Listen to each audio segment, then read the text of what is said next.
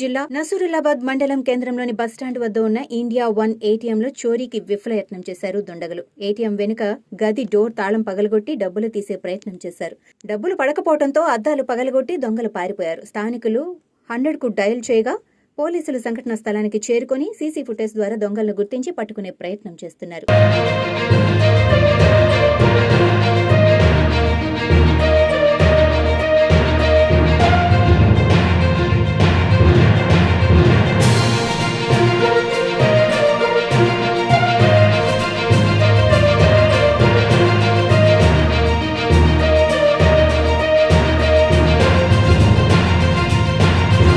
నసరులాబాద్ ఎస్ఐని నైటు మా సిబ్బంది బ్లూ కోట్ విధులు నిర్వహిస్తుండగా 100 డయల్ వచ్చింది.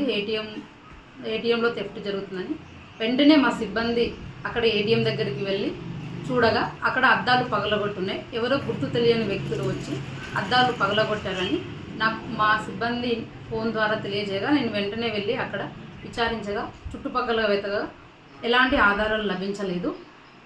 ఇప్పటి వరకు ఈ ఏటీఎం అటెంప్ట్ పైన ఎలాంటి పిటిషన్ రాలేదు. మేము సీసీ కెమెరాస్ చుట్టుపక్కల ఉన్న సీసీ కెమెరాస్ను వెరిఫై చేసి ఎవరు దీన్ని అటెంప్ట్ చేశారో తెలుసుకోగలుగుతాం.